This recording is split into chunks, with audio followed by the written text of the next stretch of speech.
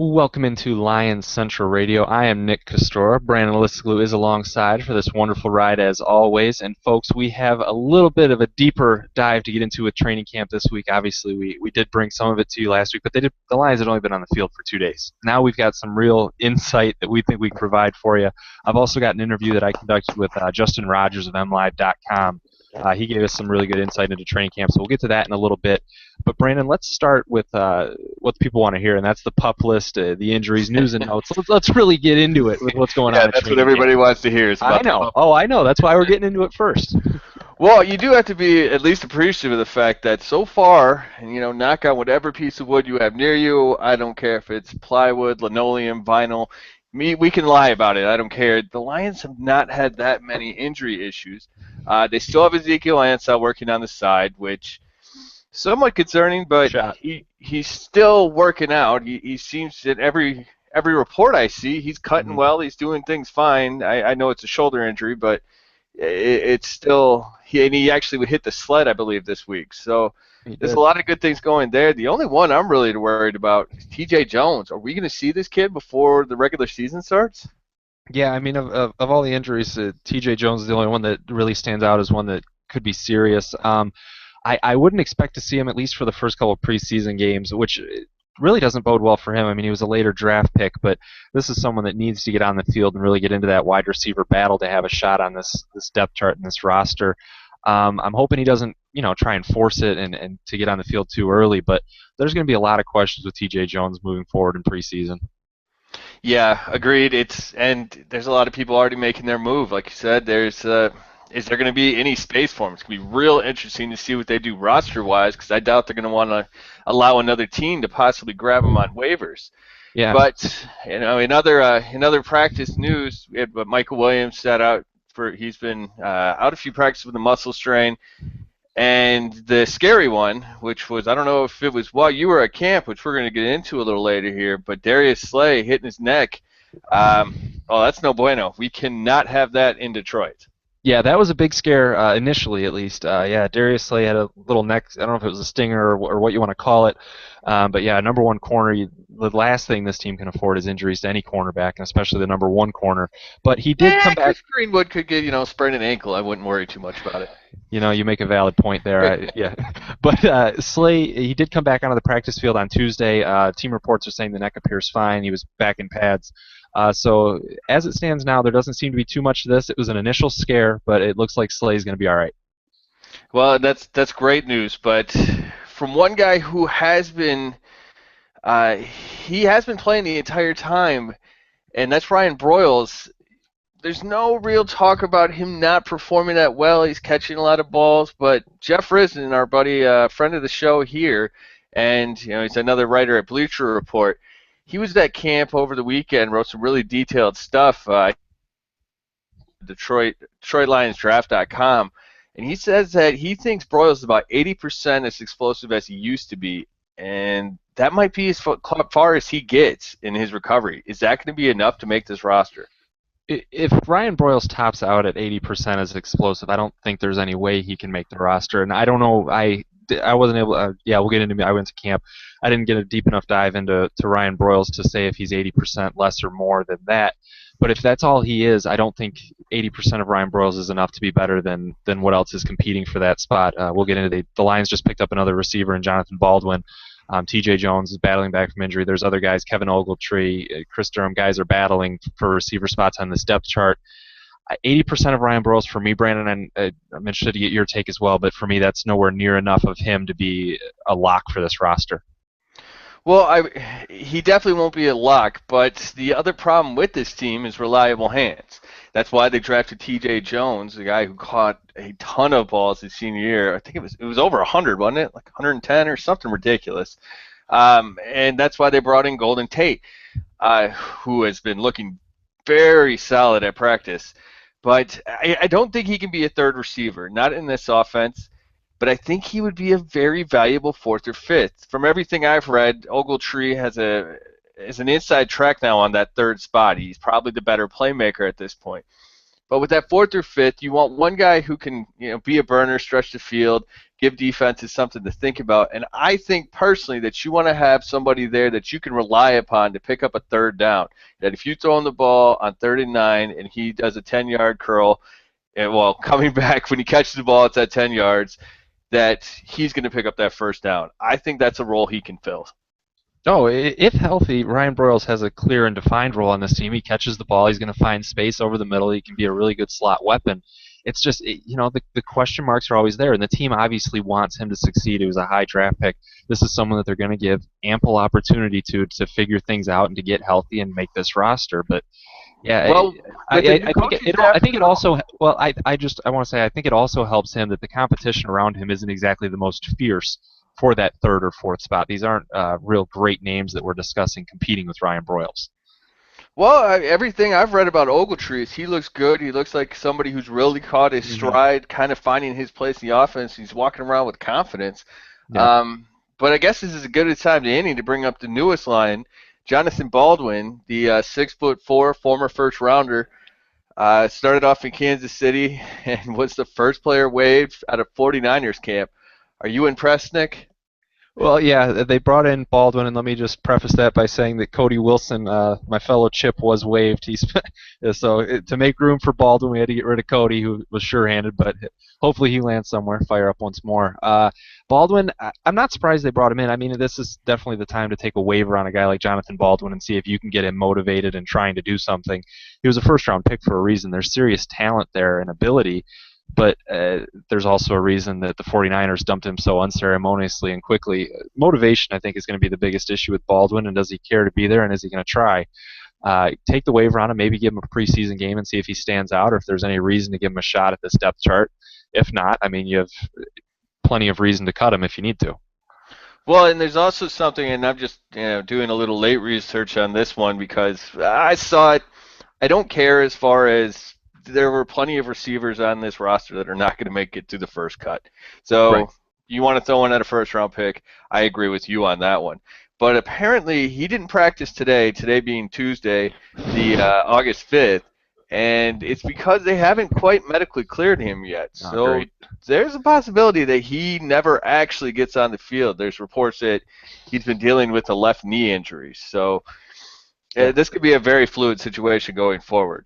Yeah, I mean, there's no risk involved in this. If he isn't medically cleared, then so be it. You don't have to worry about it. If he is, you take a waiver on a former first-round pick and hope he shows you something in a preseason game. I mean, I have no qualms or issues with them taking a flyer on Jonathan Baldwin.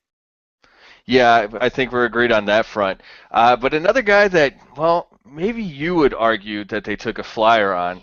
I would think it was a great pick. But we don't need to go down that road right now. Well, let's not do it, Brandon. We've been down it too many times. But I'm talking about Eric Ebron here. Jeff Risson, again, I've been going through his notes. He did a great detailed job of going through things. He called Ebron a roller coaster. Is that okay with you right now? Oh, of course. I mean, it has to be okay because it's exactly what he is, and I think it's what we knew he was going to be. We've mentioned the drop passes, which have kind of been an issue. You see the highs with Ebron and how high they are, how he can stretch the field vertically as a tight end, as an offensive weapon, whatever he wants to be called. He can do things that normal tight ends can't do. He'll stretch the field, he'll make the spectacular catches, but then you'll also see him on the next play just drop one right in the breadbasket, right in the middle of his chest. I mean, it is a roller coaster, and we're not even to the first preseason game, so it's expected to be. Let's hope by the end of the preseason he's really got a grasp on the playbook and maybe the drops start to deteriorate as the season wears on. But I'd be more surprised if it wasn't a roller coaster with him at this point. Well, yeah, it's kind of the same thing that you're hearing a little bit about Van Noy, that he's probably thinking too much. Mm-hmm. But he's not dropping passes because he's a linebacker and he wasn't the first-round pick. I'm okay with it, even if it stretches throughout the entire season. And the biggest reason why is that he is not the main cog in this offense. He is not even the second or third cog in this offense. He is the guy who is going to really mess with defenses when they're preoccupied with those guys. And when you look at it against a guy like Jimmy Graham, and for better or worse, that's who he's going to be compared to for the rest of his career. Graham had 15 drops last year. But would you not take Jimmy Graham on your team in a second? Of course, of course you would, and you hit on the point, which is even if he's not the first, second, or third option, he's someone that forces defenses to change their schemes and their game plans because they have to at least account for him as a tight end. Right, which is always going to spring guys like Golden Tate and who's that one guy? It might even let Megatron get open. You're right. So if he could give them just a modicum of space, something Calvin Johnson hasn't seen since sometime in 2006, I think it's a great pick still. Yeah. One other thing, so we've been kind of batting back and forth this whole thing about a bet. And we haven't even figured out the stakes yet, but it had to do, out of our disagreement, Kyle Van Noy versus Eric Ebron, whether Ebron was worth the spot where he was picked. So I was thinking about this, and what if we maybe charted how many big plays they had versus how many rookie mistakes they had, and then the plus or minus at the end of the season. That's the winner.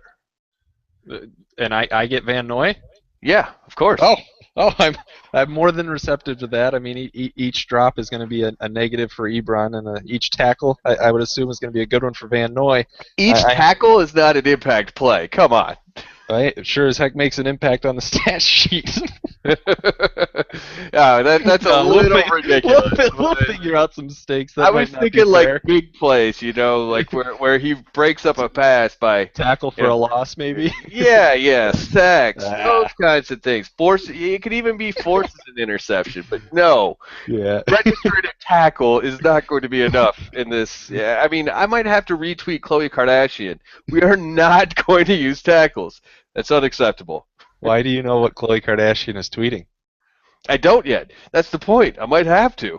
All right, whatever. Yeah, maybe we can take this to the Facebook page and see if any of our astute listeners can come up with some decent stakes for us. Nothing too outrageous, but maybe something that we can really use on the air and have some stakes to this, because I'm all in. I'm on the Van Noy hype train for sure. Well, and that kind of gets us into what else I want to talk about, and it's probably something that you really discussed with Justin Rogers. I really wish I had gotten out of work a little earlier. I would have loved to hear his observations, but I've been reading, and him and Kyle Minke and a bunch of other guys that have been on this show before, guys making an impression. First up that I want to discuss, Corey Fuller. Did you see that coming at all?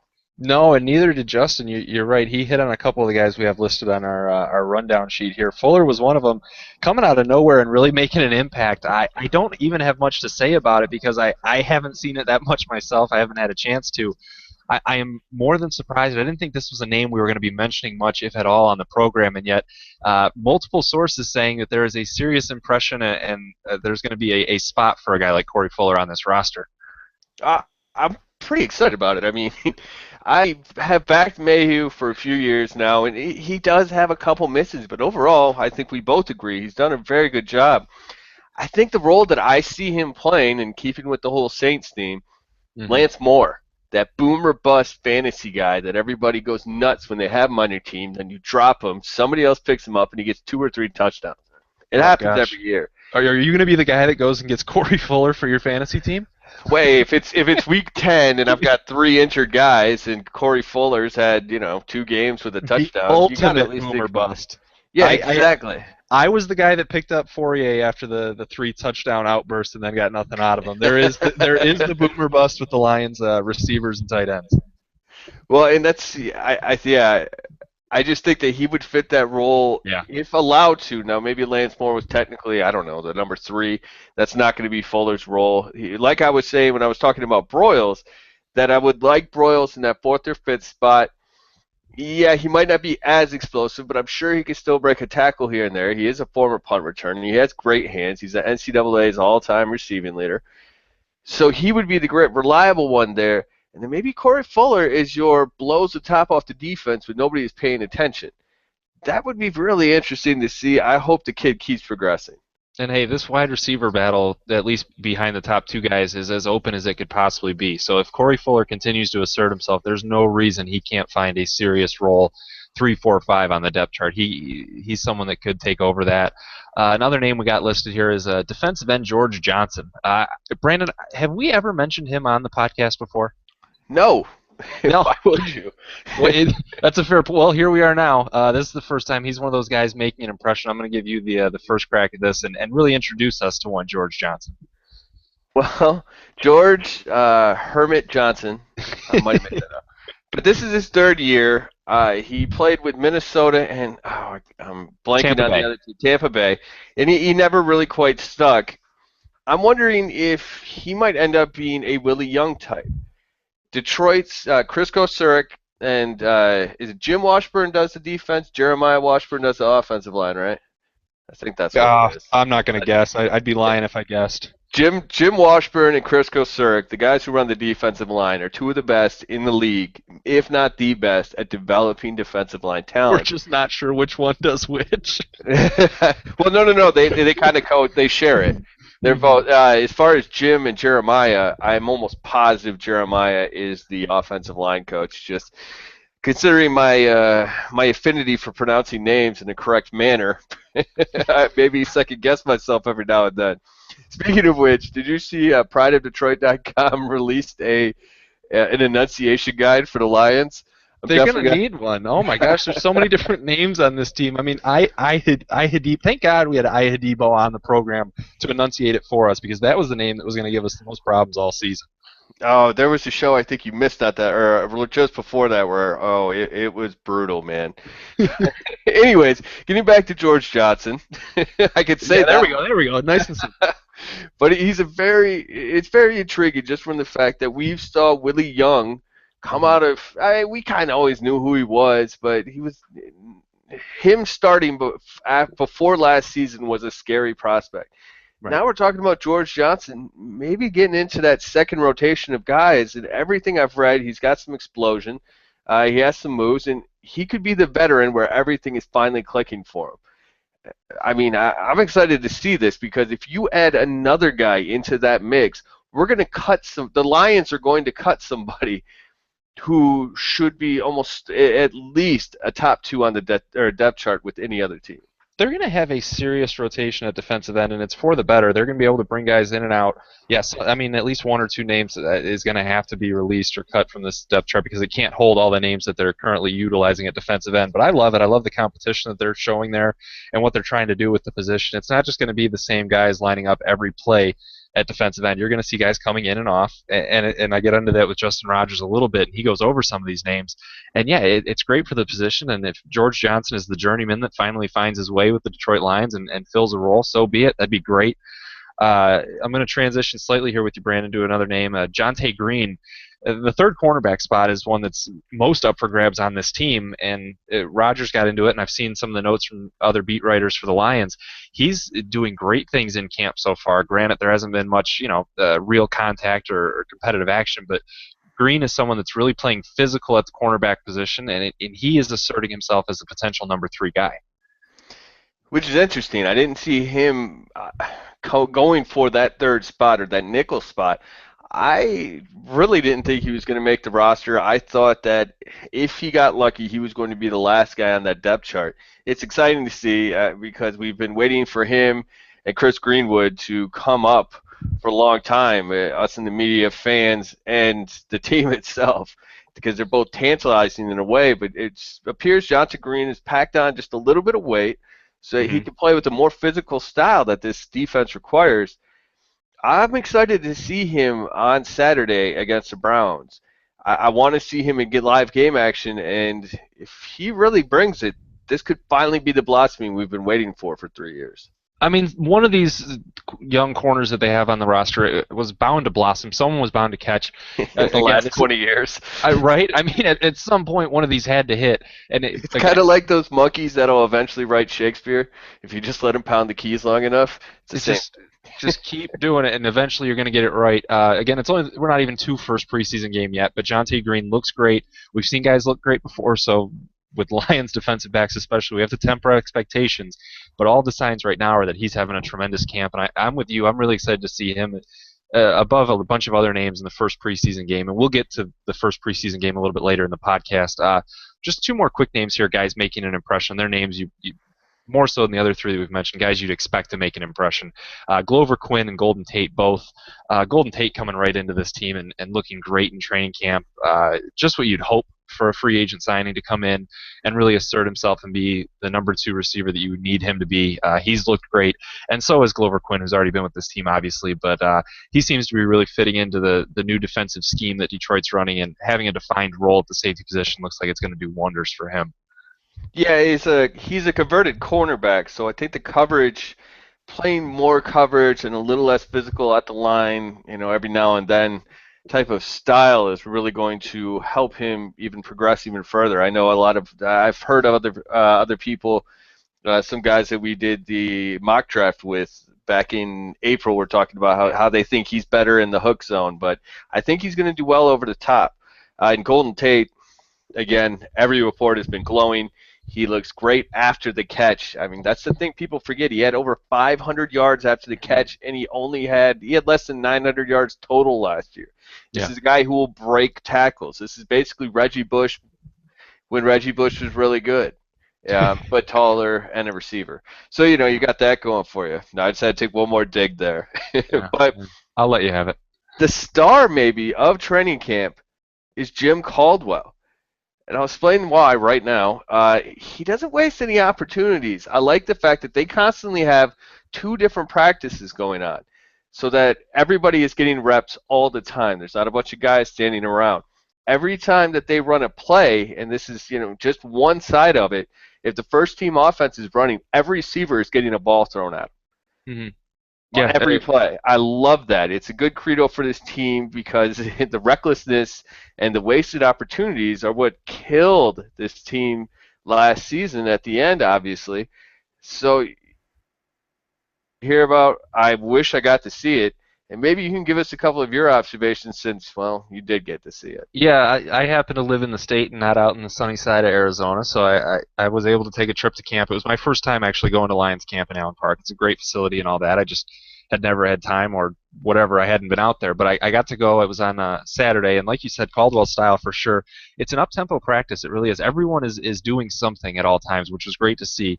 Well, except for Freese and Tavecchio and Sam Martin and other punters and kickers or whatever were off on there's 2 fields, and they were off on the other one, kind of stranded by themselves, just kicking the whole time. So they didn't have a purpose, but everyone else was really busy the whole time doing things. It was a very up-tempo. Really, everyone was utilized, which was good to see. Just some notes that I guess that I had from it, and I'm not trying to say that I had as great of takeaways as some of the beat writers that are there every day were able to see, but just in the limited time I was there for 4 or 5 hours on Saturday, and the first thing that stood out to me, Brandon, is we've talked about Nick Fairley and the weight that we've seen on different posts and beat writers have said things, but he really does look phenomenal. You can see he's lost weight. He looks more cut. He's just in better physical shape, and it's the first thing that I noticed just because I saw him standing there, and it wasn't the Nick Fairley that I expected or anticipated. We've talked about his weight, but when you see it in person, I think he's playing for a contract, he's playing for a deal, and he looks the part of someone that's going to have a great year. Well, that's obviously very exciting to hear, except it still makes me a little bit nervous only because, neither of those defensive tackles is under contract for next year. But I'm glad he's looking good for this year. Well, yeah, he's definitely going to go ahead and play and try and earn one moving forward. Also, the Theo Riddick hype train, which so many guys are on, it's hard not to be. And, I didn't really understand it until you see it. But he really does do a little bit of everything. He's catching passes, running the ball, blocking. And he does it all really well. There's a role for someone to be the third back on this team. The Lions actually released an unofficial depth chart, and I got into that with Rogers as well, and how you put little stock into the depth chart at this point. But Mikel Leshore is listed ahead of Theo Riddick, and that is just clearly not the case from what I saw. Riddick is the number 3 back on this team, and he's going to find a role and a clear niche. He's going to need to get his touches because he's earning them. I can't wait to see him in preseason competitive action and see what he really can do when full pads are on and they're really going at it, because right now the hype train seems more than legitimate. Were you someone that's on the Theo Riddick hype train as well? Well, obviously I haven't seen him play, so it's tough for me to really have an account on it.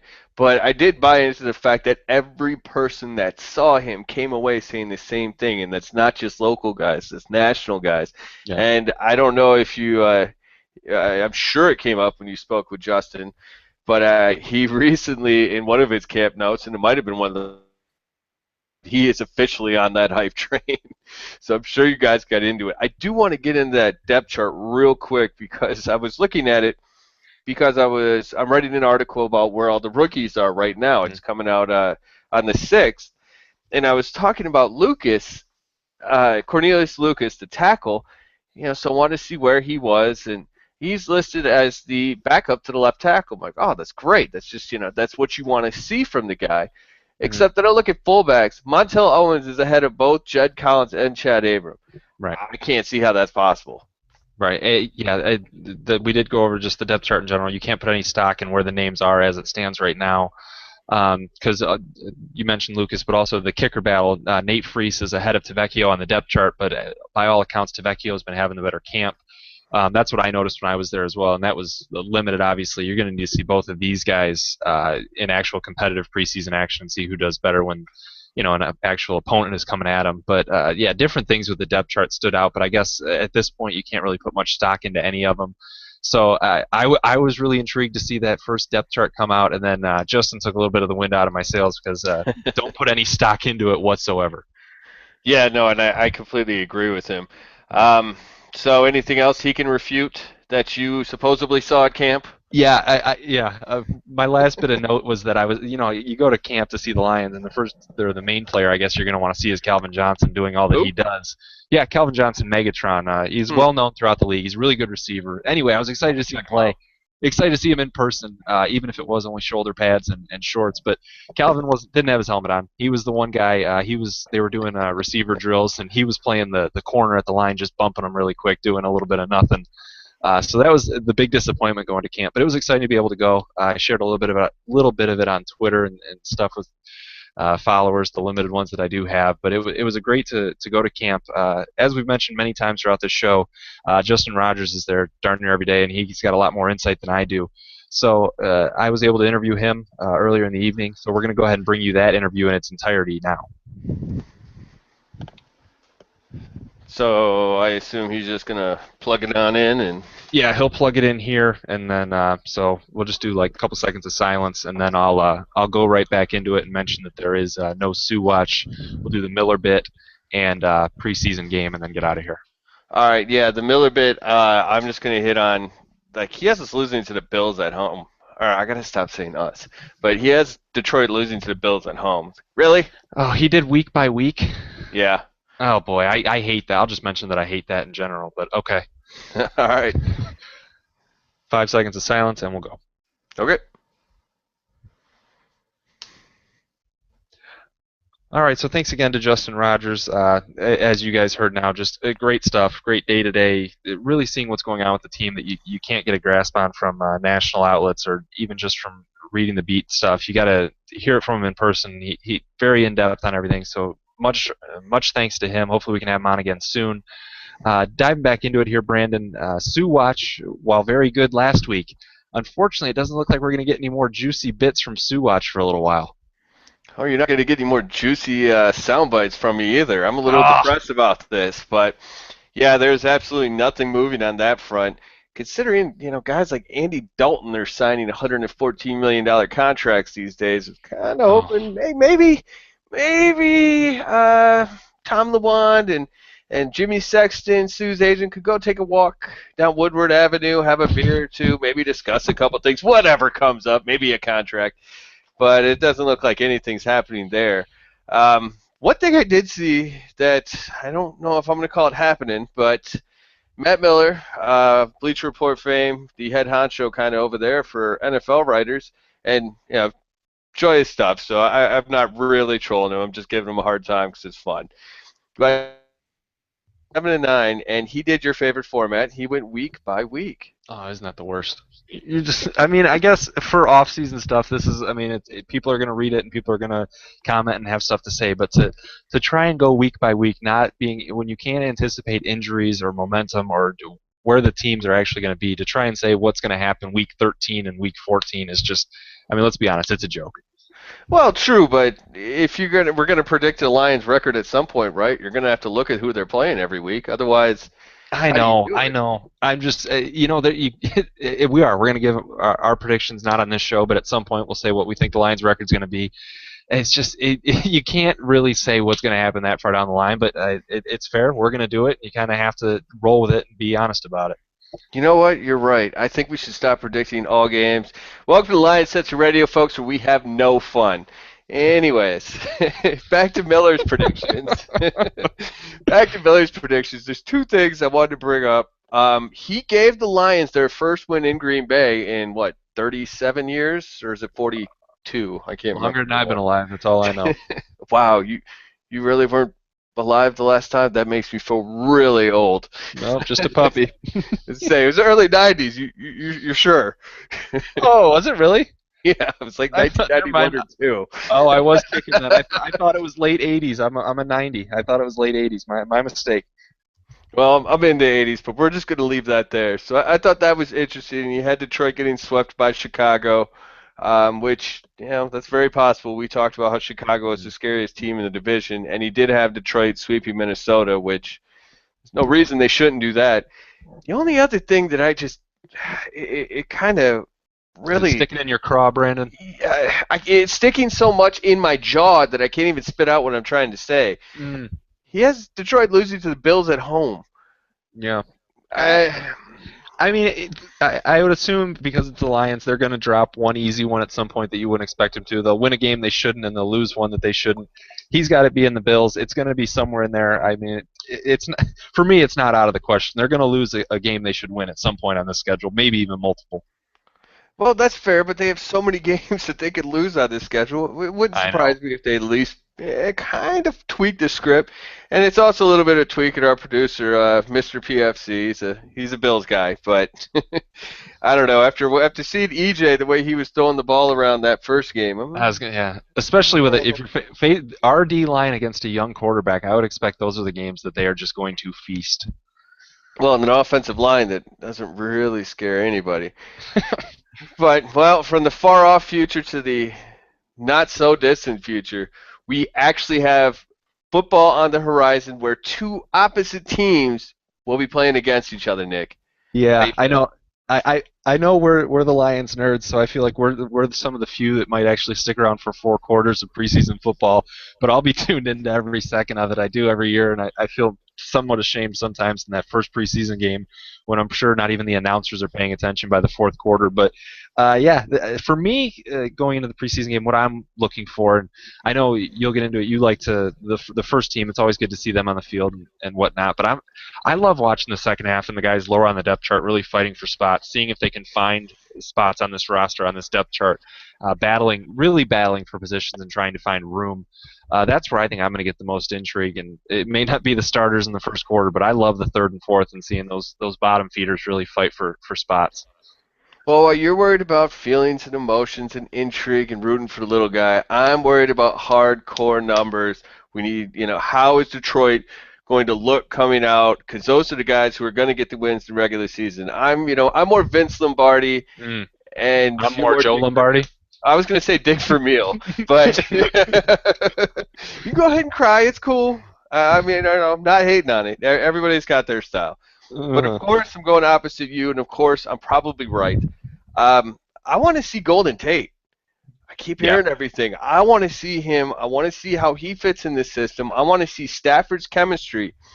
I know we're not going to see a whole lot of Stafford. I understand all of the schemes are going to be very vanilla, as they should be in the preseason. But I want to see Stafford's level of comfort with the offense. Is he going to be calling plays at the line? Will he have better mechanics? Will he be making better decisions? These are all things I really want to see. Are they getting it, essentially? Yeah. And I'd love to say that we could see the pressure that the team's going to bring or how they're going to create pressure, but we're not going to see that. I know. That's my biggest thing is the new blitz packages and what Terrell Austin's going to implement, and we're really not going to see any of it, especially in the first couple preseason games at all.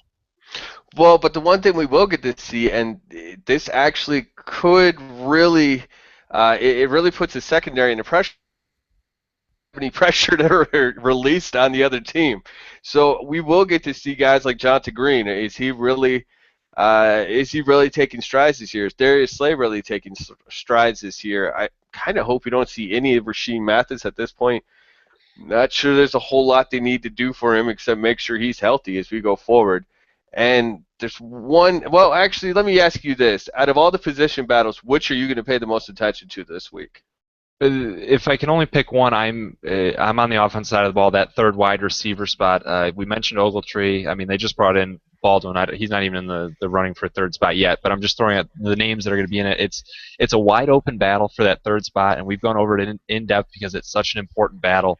I hope Broyles gets on the field and gets to play a little bit. I want to see the other names, T.J. Jones. I want to see what Ogletree's doing. I want to see these guys battling for that third spot. So that, if I can only pick one, that is definitely the battle I'll have my eyes on the most.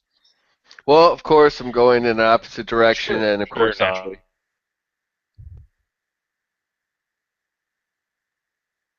Oh, shoot.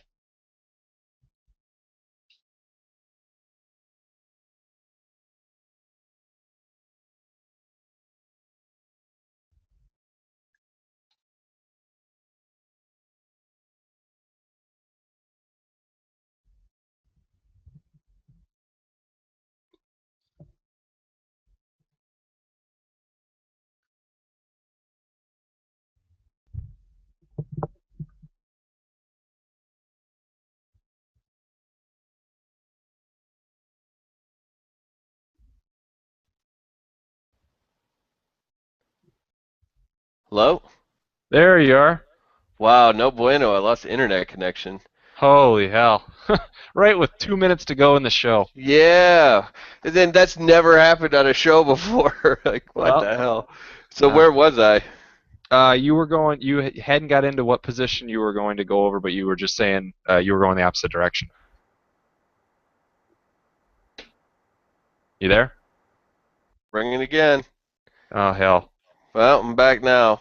All right. Yeah, you were just going over, you didn't say what position, but you said you were going in the other direction. It's funny because I saw the Gmail chat and it said something along the lines of, "You're not online anymore." I'm like, "Why am I not online?" Yeah. Shit. All right. Anyways, so Brian, go ahead and cut all this. I'm going to be silent for about 5 seconds, and then I'll kind of jump back in. All right, and right after you do, go ahead and get us out, 'cause I'm good. All right. Sounds good. So again, you're obviously wrong. It's the right tackle. That's who we need to see this week. I'm not enthused about any of the reports I've been hearing about either Adrian Waddle or Corey Hilliard. Obviously, Waddle is the more talented of the two, but he seems to be getting beaten regularly. I don't hear anything good about him, and I'm worried about this offensive line measuring up to last year's performance.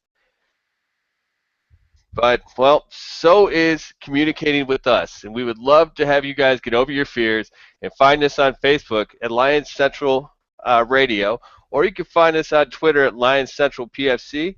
You can find me at Brandon Elisaglu, or you can find Nick at Nick Kostora. And again, you can find our guest, our interviewer, Justin Rogers, at Justin_Rogers on Twitter. Thank him once again. And until next time, folks, thank you so much for tuning in to Lions Central Radio.